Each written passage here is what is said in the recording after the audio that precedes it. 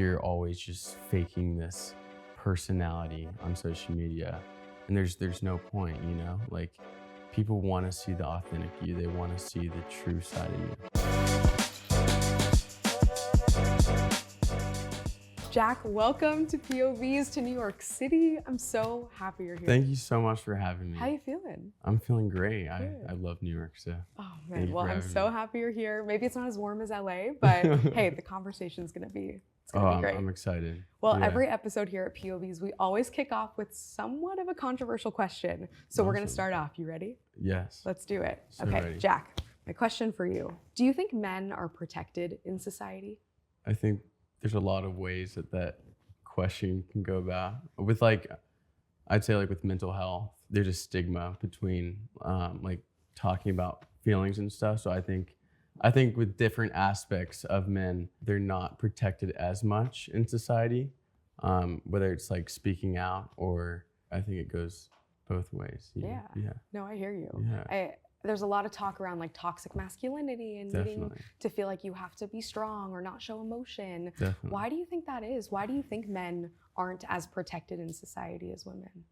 I just think growing up in school and being raised by our parents, we're kind of just taught to suppress our emotions and be strong and calm and confident, and it's not normal to feel emotions and express it. Yeah, I think that's one of the big issues. It's a big problem for both women and men, but men especially, I think. There's such a stigma to suppress it, you know? For sure. And I'm so happy that we're starting to break that down today. I think conversations are the best place to start. Definitely. And Jack, as I was, looking into you before our conversation, I think you and I have something really strong in common, which is growing up, you and I were both the nice guy and the nice girl. I was always afraid to upset anyone. I just wanted to be liked. Definitely. Would you say that's true about you? Do you feel like 100%. You grew up as the nice guy? Yeah, just people pleaser. Definitely. Oh my gosh. And what was that like, feeling like you had to be a people pleaser? When did that start? I think the anxiety that people not liking me gave me, I was just oh my God, I hated it. I felt guilty everything I did. So I constantly felt like I had to just please, and which I still do, but. I feel you. I do too. Yeah. And did you feel that way growing up, pre-TikTok, pre-social media?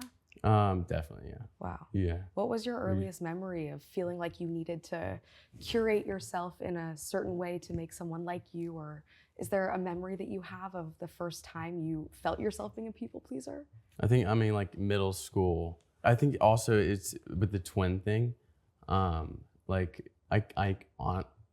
always needed James by my side too, so it was I felt socially awkward without him. So I feel like I needed everyone's validation in middle school when I wasn't with him too. So I don't know, I haven't even thought about that. So you're catching me off guard. No worries. Oh my gosh. I mean, it's interesting hearing about your experience as a twin. Yeah. Do you feel like you were ever able to separate yourself from your brother and truly feel like an individual growing up? I think sophomore year was the first year where we started separating a little, and it was so weird. I think a lot of twins can relate to this. Once you do separate, there's a little awkward and weird stage of not being able to talk to people or not feeling confident enough. James and I feel like it's such a healthier friendship. James, which is my twin, such a healthier friendship and relationship between us now, because we're our own individuals with their separate friend groups, but we also miss each other and still. For sure. And do you think he experiences some of the things that you do in terms of needing to please people and be the nice guy? So is both of you experiencing that? Yeah, we definitely were very similar growing up. Interesting. Definitely. And Jack, do you ever feel like people took advantage of you for your kindness? Oh, 100%. And what did that feel like? I think once I started truly thinking, it still happens, and once I start truly thinking about it, I get bummed out. I'm still learning how to not let people walk all over me and strong. Yeah, and to find your voice. Yes. How did you go from feeling growing up like you had to please everyone to now emerging as a public figure on TikTok? How did you make that jump? I mean, I feel like I started social media like as a joke, like anyone else, with my twin. But yeah, it still doesn't feel like real, I guess. It still feels like I'm my normal self. Just good. I always try to stay true to myself too. So do you think it's possible to truly be your authentic self on social media? I think a lot of us, we don't show our true self, which is what I'm trying to do is just show that I'm more human on social media, that like I experience things, I have sad days. But yeah, I think I used to act like I was just this happy, like never sad, always had a smile on my face, which is like, it's so not true. It's just for sure like robotic, Yeah, I'm trying to like show my more human sides, and I think that's such an important part of social media too, is just like it's because a lot of people compare themselves to people on social media, like, oh, this guy's always happy, he has the greatest life. But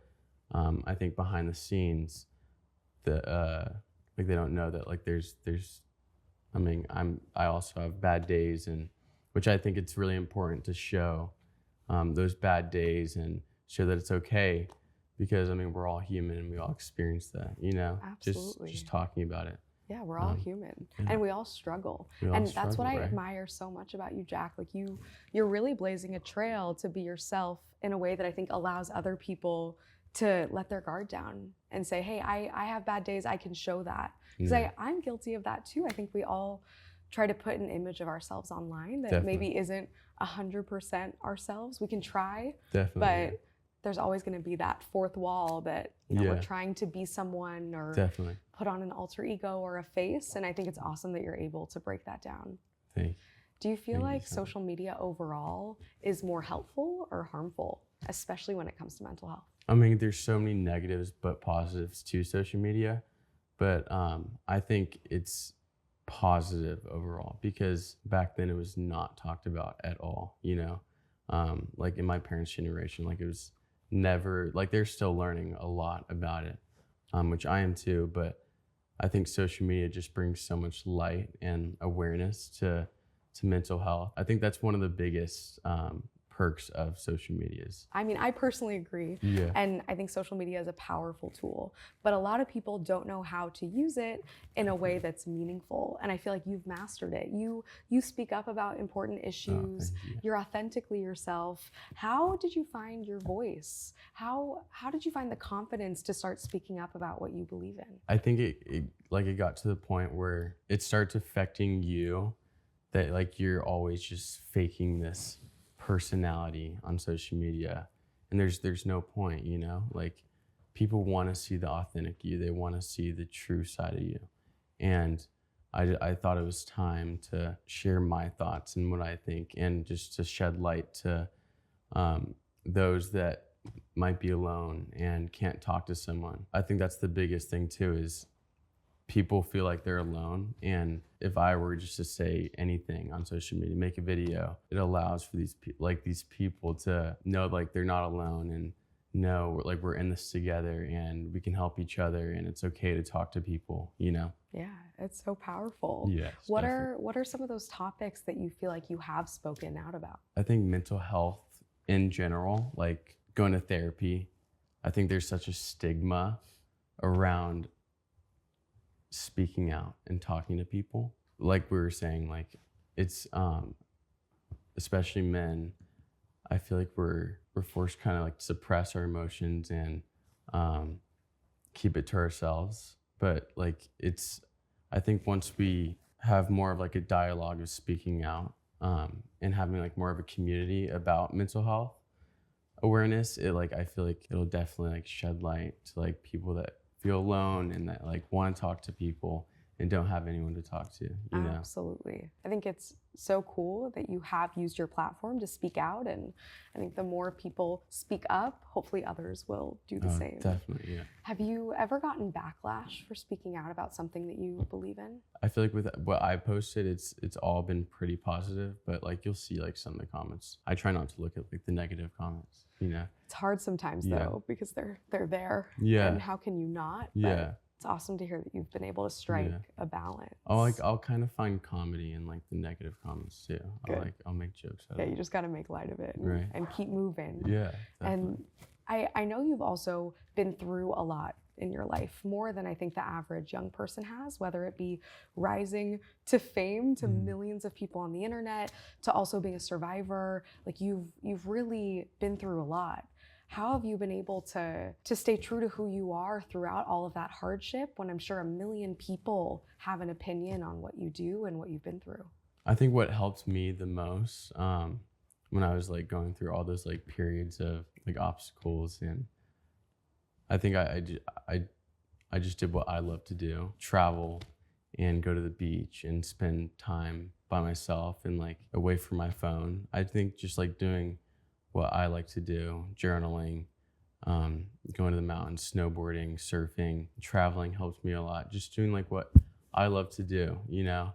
I think that helped me a lot during those times. And also just having like a community, a support system, like my parents, my friends. Yeah, just having that group around you helps a bunch. That's huge. Speaking out, talking about it. That's huge. How did you pull yourself out of some of those darkest moments and find a support system and know how to navigate? Because I'm sure there were times that it probably felt impossible to pull yourself back up.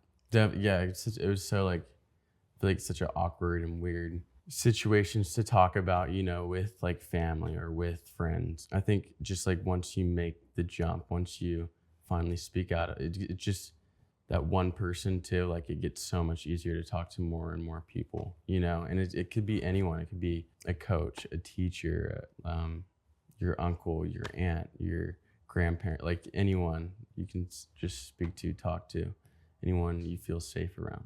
Totally. Yeah, you just got to start the conversation. Right. And I also love what you said about doing what you love. Yes. It's huge. Thank you. And thinking about how you navigate the world of social media now, what's on your mind? Do you feel like you are using social media in a way that still aligns with you? I know you took some time off of social media. How have you navigated? I think on social media, what I've been trying to do is just like do it all, you know, travel, comedy, speaking out about social issues. Yeah, I'm trying to just do it all. But what I've been getting into is acting recently too. So I've been taking classes every week, working hard doing that. Nice. I really enjoy doing that. And like you can use some of the emotions you felt into your acting. You know, I feel like that's such a good way to like channel those emotions, and it's like a therapy. It's awesome. Yeah. I'm so excited for you. That's so cool that you're getting into acting. Thank you. And even at, you know, the times that you've talked about today, struggling with your mental health or just having a bad day, are there ever times where you wish that you didn't have a platform? Do you ever feel obligated to post and keep up this persona, or can you separate the two? I think, I mean, I love what I'm doing right now. Just the support that I've gotten from everyone, and I feel like they support everything you do. Like if I go to a random country in Europe, they're just so happy for me for everything I do, you know? It's awesome. Yeah, it's community in a way. Definitely. People to uplift you and support you. And yeah. I think you've definitely built that on socials, which Thank probably you. makes it feel a little less isolating at times. Yeah. And do you feel like your fans and the people who are uplifting and supporting you know the real Jack? I think so. Yeah, I think I still have a lot to uncover and talk about. I'm trying to have more of like a deeper relationship with my supporters, because I mean, they're all people and they have their emotions, they have the mental health issues. It's like they have their own lives, and they just having someone to look up to or talk to, I think that helps a lot, you know? Because it's like I feel like it's a mutual thing. They're giving me so much support, so why would I not help them, talk to them, be there for them? Absolutely. In a way, do you ever feel like the role model that you're becoming now is maybe the person younger Jack needed back then? Definitely, yeah. And what does that feel like? What would you say to younger Jack if he was listening? It gets better, definitely. Jack, I'm so excited to bring us to our next segment here at POVz, where we start introducing different viewpoints from our larger Gen Z community. Awesome. So keep an eye on your phone. We're going to send you some texts. I got you. Warning, they're going to be a little spicy, but Oh, shoot. I think you can handle them. I'm ready. Let's do it. I'm 17 and don't know what to do with my life. I feel like I'm nobody and the world is against me. What do I do? I feel like we've all felt this and been through this. I think the biggest thing is just talking, speaking to someone. So I think even just this text of this comment, I think that's a step closer to like getting to a better, healthier mind, you know? Obviously they're in need of help and they're taking that first step. Yeah. Did you ever feel like that person did? Like where you were at a point in your life where you were lost and didn't know what to do? Oh, 100%. Yeah. And what was the first step that you took? Was it to speak up or start a conversation? What did that look like? I think I still have a lot to learn too. I think I felt like this plenty of times, and you definitely just feel alone and like you can't speak to someone. It's so hard and it's weird to like talk to someone, but you just got to make the jump. You got to do it. And I think just the weight is lifted off your shoulders and you just, you know. I always tell people, you never know what's on the other side of a hard conversation. It could be great. You could feel liberated. You could be so happy, but you'll never know unless you start. Right. So I think it's amazing advice that you gave, which is just do it. Yes. And do the thing. Start the conversation. Yeah, definitely. In my opinion, men can always stand up for themselves. Women can't. I feel like this has to do with like the double standard thing. We've been taught to be bold, and we're the protector. We're always able to just like be bold and stand up for ourselves. But I think a lot of the times, it's definitely hard to speak up for yourself, especially for men, and like tricky situations too, because there's issues that are very weird and awkward for men to talk about, and it's very difficult for a man to speak up about it. I think they'll feel like the world will be against them if a man speaks up about it, you know? Yeah, I hear you. Gen Z is completely taking advantage of mental health. Everyone's hopping on the trend, but that's all it is. A trend. Ooh, that's definitely spicy.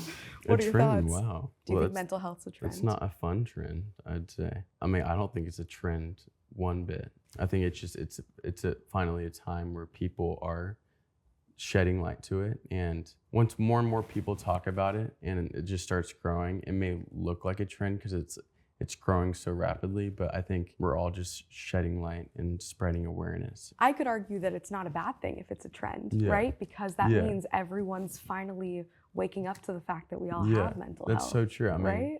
Yeah. But I think it's more than just a trend. Yeah, we it's all like, have mental health. I feel like trends too, they come and go. Yeah. They stop. I feel like mental health it's just strengthening. You know, the talk is going deeper into it. And I think our generation gets wrongfully labeled for, you know, talking about mental health and struggling with mental health issues.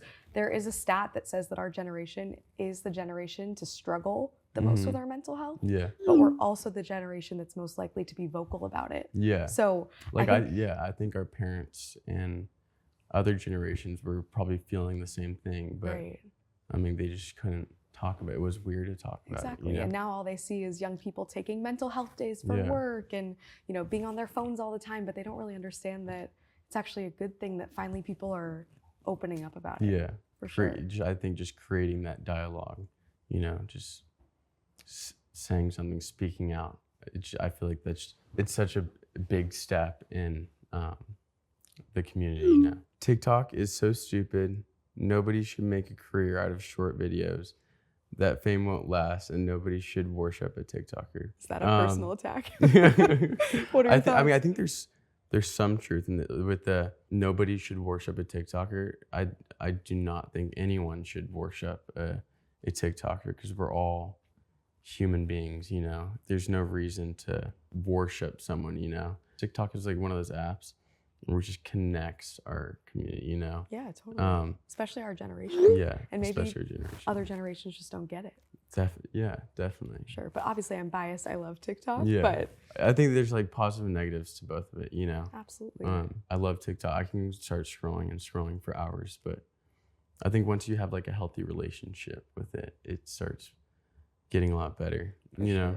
Do you see a future where you're not on TikTok? Yes. And definitely. Is it in the realm of acting, like you mentioned? Anything else? Yes, definitely acting. I think I'll always like be on social media and speak up about issues, but I think acting is definitely like my main focus in business, entrepreneurship. I think, yeah, once you take a step back and think about it, that I'm just making 15-second videos on a platform for a living. It's so weird to think about, you know? For sure. I respect it though. No, like thank I don't understand. I have so much respect for TikTokers. Like it takes consistency. You have a lot of skills that a lot of people don't have, but I could see why like people would be annoyed by it, you know? For sure. It's just the new wave. It's the new thing. Totally. You know? But I'm excited to hear that you may see a future off of TikTok. And I can't wait to keep watching your journey. So Jack, I have one final question for you. Awesome. Feel free to put the phone down. Okay. We're not going to send you any more tips. But since here on POVz, we're all about empowering Gen Z. If you had a megaphone and could share one message with our entire generation, what would it be? Talk to someone, you know, definitely speak out. I think that's one of my biggest things, just talking, you know.